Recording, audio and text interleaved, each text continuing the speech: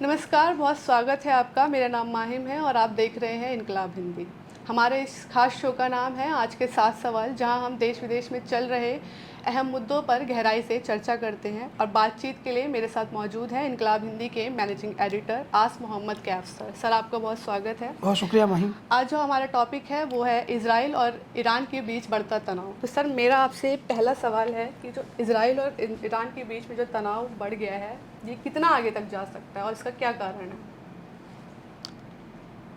महिम, ये काफ़ी कठिन सवाल है और मैं समझता हूँ कि इस विषय में जो है वो जो दुनिया भर के तमाम अंतर्राष्ट्रीय विषयों के विशेषज्ञ हैं उनके पास भी इसका कोई जवाब नहीं है, क्योंकि अब तक जो कुछ भी हो रहा है इस पूरी लड़ाई में वो अनएक्सपेक्टेड है। 1979 में जब ईरान में यह नया रेजिम आया था और जिसके बाद से जो है वो ईरान में एक क्रांति हुई, इस्लामिक क्रांति कह सकते हैं उसे आप, तो तब इज़राइल को शैतानी राष्ट्र घोषित किया था खुमैनी, आयतुल्लाह खुमैनी, बिग खुमैनी जो इनसे पहले रहे। तो उसके बाद से लेके अब तक तनाव तो ये हर दिन है। और ईरान ने जिस प्रकार से सपोर्ट किया हमास का या हिजबुल्लाह को, तो उस प्रकार से तो वो रोज़ इज़राइल को ये लगता रहा, हर दिन ये लगता रहा कि वो ईरान उसको ख़त्म करना चाहता है। ये फीलिंग उनका फील है, इज़राइल का फील है। और इसके लिए उस इज़राइल ने वेस्ट के कंट्रीज़ से जो मदद मांगी और वो एक प्रकार से शैडो बन गया वो अमेरिका का, यूएस का। बहुत सारे हथियार उसने डेवलप किए, न्यूक्लियर उसने डेवलप किया, ताकत अपनी बढ़ाई और हर दिन युद्ध की तैयारी की। अगर आप इज़राइल को समझेंगे तो ये बात आपको आसानी से समझ में आ जाएगी कि छोटा सा वो देश है, लेकिन ऐसा लगता है कि पूरा देश वो सालों साल, दशकों से युद्ध को लड़ने के लिए हर वक्त जो है तैयार है। तो इसलिए ये कहना कि इज़राइल जो है वो कब ये लड़ाई कब समाप्त होगी, ये थोड़ा सा कठिन है, क्योंकि ये तो हम कह नहीं सकते कि इसका क्या भविष्य रहने वाला है। लेकिन इतना ज़रूर है, चूँकि मजहबी एतबार पर से हम देखें तो इसको लेकर के एक लंबा चौड़ा बिलीव है, एक इस पर बिलीव है, तो उसकी तरफ अगर हम जाएं तो इसके जवाब वहाँ मिल जाते हैं। मगर उसके लिए आपको, मैं तो जर्नलिस्ट हूँ और सिर्फ विश्लेषण आपके सामने दे सकता हूँ, लेकिन उसको समझने के लिए आपको किसी बहुत बड़े धार्मिक मुस्लिम विद्वान से या किसी बहुत बड़े यहूदी धार्मिक व्यक्ति से डिटेल्स में इसको समझना पड़ेगा कि क्या उसमें वो पुरानी कन्फ्लिक्ट है, क्या वो पुरानी स्टोरीज़ है दज्जाल को लेकर के या उन सब को लेकर के, वो एक अलग इशू है। लेकिन अभी हाल फिलहाल जो दिख रहा है, करंट में जो दिख रहा है, वो ये दिख रहा है कि ये लड़ाई जो है ये फ़िलहाल जिस स्थिति में आ गई है वहाँ से अब इसको रोक देना और एकदम स्टॉप, जैसे भारत पाकिस्तान का वार की सीज फायर का ऐलान किया प्रेसिडेंट ट्रंप ने और हो गया, तो वैसी संभावना मुझे इसमें कम से कम अभी दिख नहीं रही है। और मुझे स्पष्ट दिख रहा है कि ये बात बढ़ेगी। इजराइल ने कहा कि ईरान के पास न्यूक्लियर पावर है, इस वजह से उन्होंने ये अटैक उन पे किया क्योंकि ये विश्व शांति के लिए खतरा हो सकता है। तो क्या जो इजराइल ने अटैक किया वो जस्टिफाई हो सकता है इससे? देखिए, मैं आपको एक चीज़ बताता हूँ माहिम, कि हमने देखा है 3 देशों का हाल जो ईरान के पड़ोसी हैं। इराक को हमने देखा, लीबिया को हमने देखा और सीरिया को हमने देखा। तो तीनों को ये कहा, पहले तो इराक को कहा आपके पास जो है वो रासायनिक हथियार हैं, फिर लीबिया को ये कहा कि आपके पास आप कुछ ऐसा बना रहे हैं जो विश्व शांति के लिए खतरा है, सीरिया को भी यही कहा। तो और 2001 में और 2025 में 24 साल का अंतर है। हर दिन वेस्टर्न मीडिया, जो इंटरनेशनल मीडिया है, और इंटरनेशनल मीडिया में जो वेस्ट की मीडिया है, वो हर दिन ये खबर चलाती है कि ईरान जो है वो परमाणु हथियार बनाने के करीब है, ईरान जो है परमाणु हथियार बनाने ही वाला है, बस 2 महीने, बस 3 महीने परीक्षण करने ही वाला है। ये करने 25 साल हो गए उन्हें ये कहते हुए कि ईरान बस अब ये करने ही वाला है। ईरान ने करीब है, 25 साल से करीब ही है। अगर कोई कंट्री 25 साल पहले परमाणु बम बनाने करीब थी तो अब तक तो उसने बना लिया होगा। और न्यूक्लियर डील की बात है कि मान्यता देने की बात है। तो मैं ये समझ रहा हूँ कि ये जो विश्व शांति वाला राग अलाप रहा इजराइल, तो टेक्निकली ये बिल्कुल एक बहाना है, और ये बहाना है डिस्टर्बेंस का। जिस तरह से इराक़ में किया या लीबिया में किया या सीरिया में किया, हमें एक बात को पूरा टेक्निकली समझना होगा। इससे भी ज़्यादा मजबूत जो है वो ये है कि इज़राइल का और यूएस का और बाकी देश जो इनके साथ हैं उस पर तो बातचीत नहीं मैं कर रहा हूँ, लेकिन मैं खासकर इज़राइल और यूएस पे बात कर रहा हूँ कि इज़राइल का और यूएस का जो इंटरेस्ट है वो ईरान की सत्ता को बदलने में है। यही इंटरेस्ट उनका इराक़ में था, यही इंटरेस्ट उनका लीबिया में था, यही इंटरेस्ट उनका सीरिया में था, यही इंटरेस्ट उनका ईरान में है। अभी क्या है कि मैं एक कल्चर बताता हूँ आपको कि जब हम लोग देखते हैं कि कोई व्यक्ति किसी क्षेत्र में हमारे माफिक नहीं है तो हम उसे बदलने पर विचार करते हैं। तो मेरा ये मानना है कि इज़राइल जो है वो शैडो है और यूएस जो है वो उसको ऑपरेट करता है। तो यूएस जो है वो जो सरकारें यूएस के कहने से काम नहीं करती। अभी मैंने 2 दिन पहले कहीं देखा और आपको ये मैं बता दूंगा, आप सुनोगे तो आप भी दंग रह जाओगे कि, और हमारे दर्शक जो सुनोगे उनके लिए भी काफ़ी इंटरेस्टिंग बात होगी जानना। दुनिया में 853 ऐसी जगह हैं जहाँ पे यूएस के डिफेंस सैन्य सेंटर हैं। 853 कैंप जहाँ यूएस की फ़ौज के हैं वो दुनिया में 853 जगह, 200 के आसपास, 225 के आसपास देश हैं, 853 उनके कैंप लगे हैं। उनकी सेना रहती है जहाँ, उनकी आर्मी जहाँ रहती है। तो अब क्या है कि ईरान उनकी आंख में क्यों नहीं खटकेगा? हर वो देश जो इंडिपेंडेंस से चाहेगा। इसमें एक्चुअली ये सारी कहानी लोगों को लगता है पता नहीं क्या कहानी है, ये सारी कहानी इस बात की है कि हमारी चौधराहट को तस्लीम नहीं कर रहे आप। सारी स्टोरी ये है कि हमारी चौधराहट को तस्लीम नहीं कर रहे, हम तो इलाके के बहुत बड़े चौधरी हैं तो हमें सलाम नहीं कर रहे। इस सारी स्टोरी ये है कि ईरान यूएस को सलाम नहीं कर रहा, वो अपनी जगह नहीं दे रहा उन्हें, वो अपना तेल नहीं दे रहा उन्हें, वो वहाँ उनको जो है वो मिडिल ईस्ट में अपने प्रभाव जमाने नहीं दे रहा। उनको लगता है कि अगर ईरान जैसे देश, पहले इराक़ था इस मेंटलिटी का, हमने देखा कि पहले ईरान और इजराइल दोस्त थे, लेकिन पहले इराक़ था, पहले एक लंबे समय तक जो है सऊदी अरब ने इसराइल से लड़ाई लड़ी, तो अब वो अमेरिका का दोस्त है। दोस्त का मतलब है लेन देन, जिसको ट्रम्प कहते हैं डील डील डील। तो दोस्त का मतलब है लेन देन। तो ईरान जो है वो उनके यहाँ झंडा गाड़ने में, उनकी बादशाहत को यहाँ से ऑपरेट करने में रोड़ा है। और ये सब बहाना है कि न्यूक्लियर बना रहे हैं, विश्व शांति के लिए खतरा है, विश्व शांति के लिए खतरा है। तो आप बताओ कि ईरान ने कितने दूसरे देशों में बम मार दिए। वो 2000 किलोमीटर पे मिसाइल मार रहा है। उससे पहले वो एक मैप जारी कर रहा है इजराइल कि इस मैप को आप देख लो, इस मैप में इतने इतने इतने इतने इतने देश आते हैं और वहाँ तक ईरान की मिसाइल की रेंज है। तो रेंज है तो वो तुम्हारे से क्यों झगड़ा कर रहा है? शुरुआत तो इजराइल ने उनके यहाँ मारे ना, उनके 224 लोग मार दिए, उनके साइंटिस्ट मार दिए, उनके सेना प्रमुख मार दिए, उनके नेता मार दिए और सिविलियन भी उनके मर गए। तो ईरान ने जो किया वो दुनिया देख रही है कि ईरान ने रिटाइलेशन किया। ईरान ने हमला पहला इजराइल ने किया, उसने रिटाइलेशन किया। तो ये कभी ना कभी तो होना ही था। अब या तो वो ऐसे करता, इजराइल ने जैसे मारा ना बम लीबिया लेबनान पे मारा, और वो उसमें मारा, गाज़ा को तबाह कर दिया, 20,000 बच्चे वहाँ मर गए, गाज़ा पूरा खंडर कर दिया। तो उन्होंने रिटाइलेट नहीं किया, पलट के जवाब नहीं दिया। तो ईरान की गलती ये है कि ईरान ने पलट के जवाब दे दिया। तो आप मारो ना, किसी देश पर बम मारोगे तो आपको हर आदमी, तो आप गाँव से निकली और गाँव का एक गुंडा है और उसने देखा उसने एक आदमी का थप्पड़ मारा और थप्पड़ सह करके वो शांत हो गया। फिर दूसरे का थप्पड़ मारा, वो थप्पड़ सह करके शांत हो गया। तीसरे का थप्पड़ मारा तो उसने जोर से घुमा के एक और मजबूत थप्पड़ मारा। That is the story. यही तो वो कहानी है कि उसने पलट के मार दिया। अब उसने पलट के मार दिया तो अब वो उनको इशूज़ हो गए, कह रहे वो तो अनएक्सपेक्टेड था, कह रहे हम तो सबसे बड़े आदमी हैं, हमने तो इतने टेक्नोलॉजी विकसित कर ली है और तुम्हारी हिम्मत कैसे हुई पलट के मारने की। तो उनका जो बॉस है, जो इजराइल को ऑपरेट करता है, अमेरिका, उसको भी तकलीफ़ हुई, क्योंकि ईरान ने कहा कि हम लोग जो हैं कि ये इतनी ताकत हिम्मत ये खुद से नहीं कर सकता, इसके पीछे कोई है। तो उसको भी तकलीफ़ हुई। तो ये इसमें है माहिम।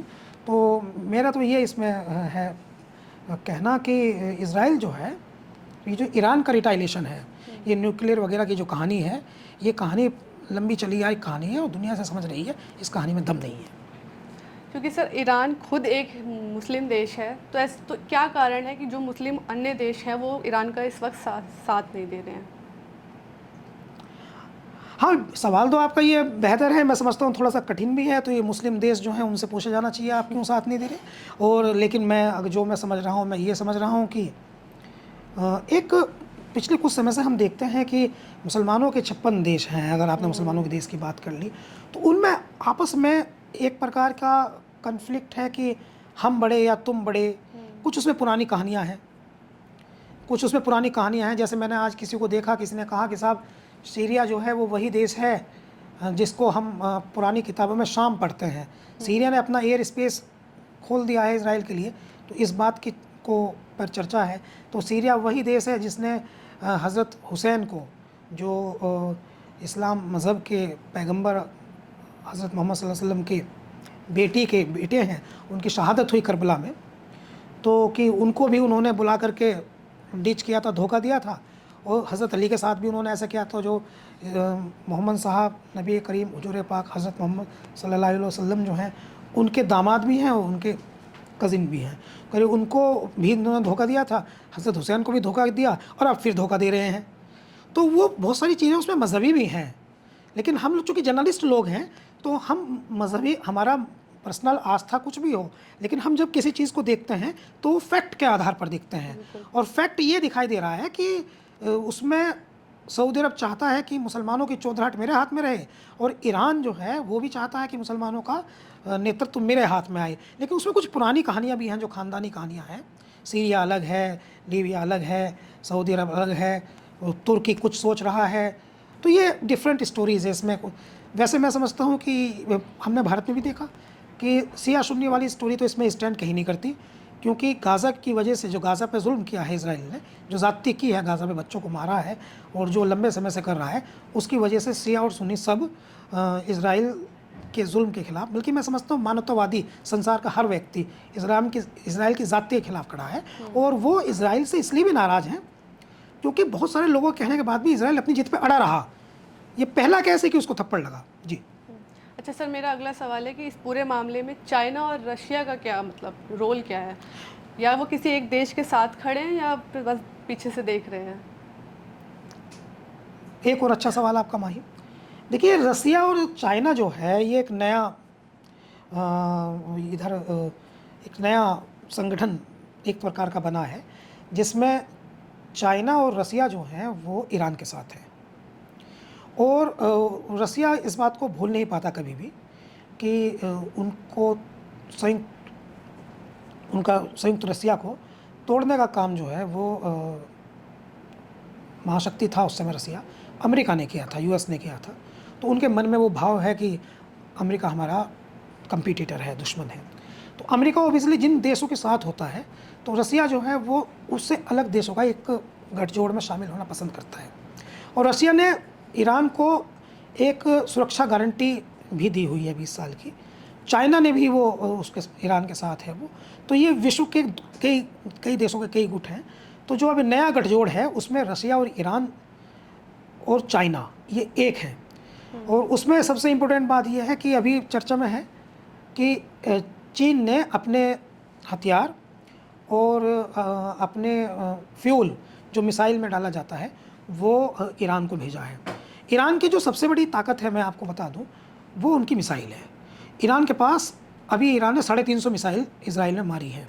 लेकिन माहिम, आप सुन करके ये बात चौंक जाओगे कि ईरान के पास ऐसी 10,000 मिसाइल हैं और अभी वो जिस प्रकार से मार रहे हैं वो उनकी सबसे कम मारक क्षमता वाली है। एक उन्होंने ज़रूर मारी थी जिसका नाम है खैबर, वो 6,000 किलोमीटर की स्पीड से गिरी। उसको वो उनका आयरन डोम इसराइल का रोक ही नहीं पाया। और इसराइल जो है वो ईरान से कम कमज़ोर देश है, ईरान उससे ज़्यादा ताकतवर देश है, ताकत में भी ज़्यादा है। अगर यूएस इस बीच में ना आए और ईरान ये तय कर ले कि मुझे इसराइल को ख़त्म करना है, तो वो कर सकता है। इतनी सैन्य क्षमता ईरान की मजबूत है। अभी हाल ही में फ्रांस के राष्ट्रपति मैक्रोन ने कहा कि G7 सर आप हंस के। हाँ, आपका सवाल अच्छा है। G7 समिट को जो ट्रम्प छोड़ कर आए हैं वो इसलिए छोड़ कर आए हैं क्योंकि वो ईरान और इजराइल के बीच में सीज फायर करा सकें। मैं इसलिए हंसा माहिम क्योंकि ये जो सवाल आपका है ये इस समय दुनिया में छाया हुआ है। जी, ये सवाल जो है इसमें कितनी सच्चाई है सर कि वो सीज फायर कराने के लिए छोड़ के आए हैं? तो आपको पता ट्रम्प ने इसके बाद क्या कहा? ट्रम्प ने इसके बाद कहा कि वो कुछ नहीं जानते हैं। मैक्रोन कहे कि वो उनको फ्रांस के राष्ट्रपति को कुछ नहीं पता, वो कुछ नहीं जानते हैं। मैक्रोन उन्होंने कैसा बयान दे दिया, ये सीज फायर कराने के लिए आया हूँ। मैं उनसे कहकर आया हूँ क्या मैं सीज फायर कराने जा रहा हूँ? मैं तो कुछ बड़ा करने आया हूँ। तो ट्रम्प क्या बयान देते पूरी दुनिया में इस समय जो है ये ट्रम्प जो है वो प्रेसिडेंट ऑफ यूएस जो है वो इस समय अपने बयान को लेकर के खुद एक एंटरटेनिंग स्थिति पैदा कर देते हैं कि उन्होंने कहा कि वो मैक्रो ने कहा तो उन्होंने कहा कि उनको क्या पता मैं, जबकि उन्होंने ट्वीट किया था ट्रम्प ने, उन्होंने कहा कि मैंने भारत पाकिस्तान के बीच जैसा सीज फायर करा दिया वैसा मैं ईरान और इसराइल के बीच भी करा सकता हूँ। अब कह रहे हैं कि तेहरान के सब लोग बाहर चले जाओ, कुछ बड़ा होने वाला है। अब ट्रम्प ये कह रहे हैं। तो ट्रम्प जो है वो मैक्रोन का जो बयान है और ट्रम्प ने उसकी खुद ही खंडन कर दिया है। लेकिन ये आजकल पता नहीं यही काम रह गया कि फ्रांस जैसे देश के राष्ट्रपति को और अमेरिका जैसे देश के राष्ट्रपति को इस तरह से ये लोग आपस में इनकी मिसकम्युनिकेशन बहुत ज़्यादा हो गया है कि चौंकाता है। एक ऐसा विदेश नीति हो गई है विभिन्न देशों की। बिल्कुल सर, इससे भारत का क्या रुख है? भारत का क्या रुख है और भारत के लोगों पे इसका क्या असर पड़ रहा है इस पूरे मुद्दे को लेकर? देखिए भारत जो है इसमें कोई शक नहीं कि पिछले कुछ समय से भारत तेज़ी से आगे बढ़ रहा है, खासकर व्यापारिक कारणों से। अभी भारत की जीडीपी भी वो काफ़ी जंप कर गई थी। तो पिछले कुछ समय से भारत जो है आर्थिक तौर पर मजबूत हो रहा है। हमने 2-3 ऐसी परिस्थितियाँ अपने पिछले 10 सालों में देखी हैं जो बहुत कठिन परिस्थितियाँ थी। जैसे नोटबंदी बहुत कठिन परिस्थिति थी, जैसे कोरोना बहुत कठिन परिस्थिति थी। लेकिन दुनिया ने ये भी देखा कि भारत में वास्तव में ताकत है और इतने ख़राब परिस्थितियों में जब दुनिया भर के लोग जो हैं वो खाने पीने से दूसरी ज़रूरियात से तंग हो गए, ऐसे समय भी भारत ने एक दूसरे को मजबूती से पकड़ के रखा, साथ दिया, खड़ा रहा देश। तो इस दृष्टिकोण से देखें तो भारत एक मजबूत देश है। और जो मैंने थ्योरी में पढ़ रहा हूँ तो भारत की थ्योरी ये है कि ईरान भी उनका अच्छे संबंधों वाला देश है और इजराइल भी उनके अच्छे संबंधों वाला देश है। तो भारत की जो थ्योरी है वो ये है कि आप लोग आपस में जो करना हो करो और हम इसमें न्यूट्रल हैं। बल्कि हम ये चाहते हैं कि आप लोग लड़ाई बंद कर दो, शांति से रहो। तो भारत का जो इसमें आइडिया है वो ये है कि भारत लड़ाई से दूर है। ये ज़रूर कह रहा है कि मत लड़ो, लड़ना अच्छी बात नहीं है, क्योंकि अभी हमने कुछ दिन पहले भारत पाकिस्तान वार में देखा है। तो भारत ये कह रहा है कि मत लड़ो और मिडिल ईस्ट में शांति के लिए ज़रूरी है कि आप शांत रहो।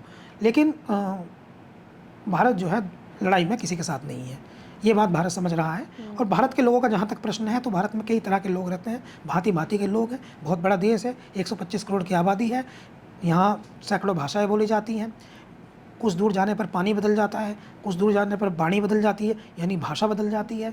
तो भारत भांति भांति के लोग हैं, अलग अलग विचारधारा के लोग हैं। कुछ इजराइल के साथ खड़े हैं, कुछ ईरान के साथ खड़े हैं, कुछ मानवतावादी हैं जो गलत के साथ खड़े हैं। अच्छा सर, मेरा आज का आपका आखिरी सवाल है आपसे कि देश पर इस पर क्या असर पड़ेगा, दुनिया पर इस पूरी जंग का, और क्या ये तीसरे विश्व युद्ध में तब्दील हो सकता है? अच्छे सवाल पूछे हैं माहिम आपने, और आपकी मैं सराहना करना चाहूँगा, और ये सवाल भी आपका महत्वपूर्ण है। हाँ, मुझे भी ऐसा पूरा संदेह है, और मेरा अभी जो मेंटल लेवल है वो ये कहता है कि ये लड़ाई बड़ी हो सकती है। लड़ाई इसलिए बड़ी हो सकती है ये क्योंकि अभी 2 दिन पहले ईरान ने अपने नए सेना कमांडर बनाए थे शादमानी। तो कल रात जो इजराइल ने अटैक किया उसमें उनकी मौत हो गई, और इससे पहले उन्होंने उनके न्यूक्लियर साइंटिस्ट मार दिए, उनके सेना प्रमुख कई मार दिए। और अभी क्या है कि इजराइल ये कह रहा है कि ईरान जो है वो हमारे सिविलियंस पर हमला कर रहा है। तो इजराइल में अब तक कुल मौत हुई है 24, जिनमें से मरने वाले लोग हैं 500, घायल होने वाले लोग हैं 500। ईरान में कुल मौत हुई है 224, जिसमें घायल होने वाले लोग हैं लगभग 1000। और इसको अगर हम देखें तो अभी इजराइल यूएन में भी कह रहा है कि आप लोग जो हैं हम पे सिविलियंस पर अटैक कर रहे हैं। जबकि ये बात मैं आपको बता दूं कि एक बात बहुत दुनिया ने देखी है और बड़ी दुनिया में आलोचना हुई है, और वो ये है कि जब गाज़ा पे बम बरसा रहा था इजराइल, तो जो बॉर्डर है इसराइल का और गाज़ा का वो ज़्यादा दूरी उसमें है नहीं। आप अगर देखें, आप गूगल पे देखें और जाएं आप, तो वो तो अलग सिचुएशन है। भविष्य में कभी जाएं, जब ठीक हो जाए माहौल तो चले जाएं आप इसराइल मूव करने, मस्जिद अक्सा चली जाएं। तो वहाँ बीच में एक नदी है, कह सकते हैं आप, वो चौड़ी एक नदी है। तो उसके बाहर ठीक जैसे मुंबई में हमारे यहाँ चौपाटी में घूमने जाते हैं या कहीं, तो उसके बाहर रेलिंग्स लगी हुई हैं, लोगों के आने जाने की जगह है। तो इन्होंने एक बोट टूरिज़्म किया, इसराइल ने। दुनिया को ये बात पता चलनी चाहिए। तो इन्होंने एक बोट टूरिज़्म किया, बोट टूरिज़्म। तो इन्होंने उस नदी में बोट चलवाई और वहाँ इसराइल के लोग वो घूमने जाते थे, सिविलियंस। और वो जो बमबारी होती थी, गाज़ा पर बमबारी होती थी, जो आकाश से आकर के मिसाइल गिरते थे, उसको देख कर के वो प्रफुल्लित होते थे, हंसते थे, खिलखिलाते थे और उसे एज ए एंटरटेनमेंट लेते थे। जैसे आतिशबाजी होती है ना शादियों में, और आतिशबाजी देख करके लोग जो हैं वो इंजॉय करते हैं। तो वो जो मिसाइल गिर रहे थे गाज़ा पर, उसको वो एंटरटेन कर रहे थे। और बाद में जब इसराइल से सवाल किया यूएन ने कि ये तुम क्या कर रहे हो, तो उसके बाद उन्होंने कहा कि हमारी सरकार ने नहीं कहा इन्हें ऐसा करने के लिए, और हमारी सरकार, ये तो लोग खुद से, हमारे यहाँ कुछ अतिवादी लोग हैं, एक्सट्रीमिस्ट लोग हैं, ये खुद से ऐसा कर रहे हैं। तो जब गाज़ा में बच्चे मर रहे थे तो ये लोग जो हैं वो जश्न मना रहे थे। हालांकि यूएन से आज कह जरूर रहा है इसराइल, और सिविलियंस को युद्ध में घसीटा जाना, सिविलियंस को मारा जाना, जैसे पाकिस्तान ने भी जब भारत और पाकिस्तान की लड़ाई हो रही थी तो पाकिस्तान ने पुंछ में निर्दोष बेगुनाह सिविलियंस को मार दिया। तो ये सिविलियंस को मारना कभी भी अच्छा नहीं कहा जा सकता, ये निंदनीय है, बुरा है। तो इसराइल की बात ये है कि सिविलियंस को मार रहे हैं, ठीक तो है, सिविलियंस को नहीं मारना चाहिए, लेकिन अपने गिरवान में भी झांक लेना चाहिए। आपको ये भी देखना चाहिए कि आपने 20,000 सिविलियंस मार दिए गाज़ा में, और दुनिया में बहुत अच्छी इमेज है नहीं। इसराइल के साथ अभी क्या प्रॉब्लम है, इसराइल के साथ ये प्रॉब्लम है कि इसराइल अब दुनिया में विक्टिम दिखा रहा है, खुद को दिखा रहा है कि हम तो छोटे से देश हैं, हम पे ज़्यादती कर रहे हैं। तो तुम पे आज ज़्यादती कर रहे हैं तो कल किस पे लोग क्या कर रहे थे, कल का भी तो आप देखो प्लीज़, कल तुमने क्या किया है। तो ये थर्ड वर्ल्ड वार की तरफ तो जा ही सकता है, क्योंकि अमेरिका इसमें बोलेगा, बिना अमेरिका के बोले कुछ नहीं हो सकता। पहले हमने इतिहास में कई बार देखा है कि कई बार इसराइल के इश्यूज़ को लेकर के वो अमेरिका शुरुआत में नहीं बोला, लेकिन फिर जो यहूदी लॉबी सक्रिय है यूएस में, उसने पुश किया अमेरिका को, और पुश करने के बाद में अमेरिका बोलने के लिए मजबूर हुआ। तो ये पहले भी हुआ है। तो अमेरिका इसमें बोलेगा तो ज़रूर, देर से देर बोलेगा। अमेरिका बोलेगा तो चाइना इंतज़ार कर रहा है बोलने की, अमेरिका बोलेगा तो रसिया इंतज़ार कर रहा है बोलने की। तो रसिया इस बात से खार खाए बैठा है कि यूक्रेन में पुश कर करके यूक्रेन को यूरोपियन कंट्रीज़ ने और अमेरिका ने रूस को नीचा दिखाया है। जिस पैटर्न पर रूस में हमला हुआ था ड्रोन वाला, वही पैटर्न जो है वो ईरान में इस्तेमाल हुआ। तो पैटर्न सेम है, तो सबकी समझ में आता है कि अमेरिका का कहीं ना कहीं कोई इन्वॉल्वमेंट है, क्योंकि तरीका एक है, तो सबकी समझ में आता है कि कहीं ना कोई इन्वॉल्वमेंट है। तो इसलिए लड़ाई लंबी बढ़ सकती है, इस बात से मैं पूरी तरह सहमत हूँ। और वर्ल्ड वार में ऐसी तो परिस्थिति बनती है, पहले की दोनों विश्व युद्ध में यही परिस्थिति तो बनी। पहले छोटी लड़ाई होती है, उसमें तो एक बार जर्मनी और हिटलर का इशूज़, वो भी यही यहूदी वाले इशूज़ था, जिसको कहते हैं कि होलोकॉस्ट था, उसमें बहुत सारे यहूदी मार दिए थे, 10 लाख से ज़्यादा, तो वही सब था। हालांकि मेरा व्यक्तिगत राय ये है कि सब कुछ चैन रहना चाहिए, अमन रहना चाहिए, सुकून रहना चाहिए। और भारत सरकार ने इस इशू पे, जो भारत सरकार का रवैया है, वो गाज़ा में तो वोटिंग उन्होंने की नहीं, लेकिन भारत सरकार का ये कहना कि हम न्यूट्रल हैं, तटस्थ हैं, वो अपनी जगह ठीक है। सरकार, हम तो खुद लोग, हम प्रगति करना चाहते हैं, हम विकासशील देश हैं, हमको विकसित होने की आवश्यकता है, तो हमें झगड़े से खुद को बचाना भी चाहिए। सरकार अगर झगड़े से खुद को बचाना चाहती है तो he is good in this way. बहुत धन्यवाद माही। बहुत शुक्रिया सर हमसे बातचीत करने के लिए और इस अहम मुद्दे पर रोशनी डालने के लिए। ये थे हमारे आज के 7 सवाल। ऐसे ही और अहम मुद्दों पर हम आपसे मिलते रहेंगे। देखते रहिए इनकलाब टीवी। धन्यवाद।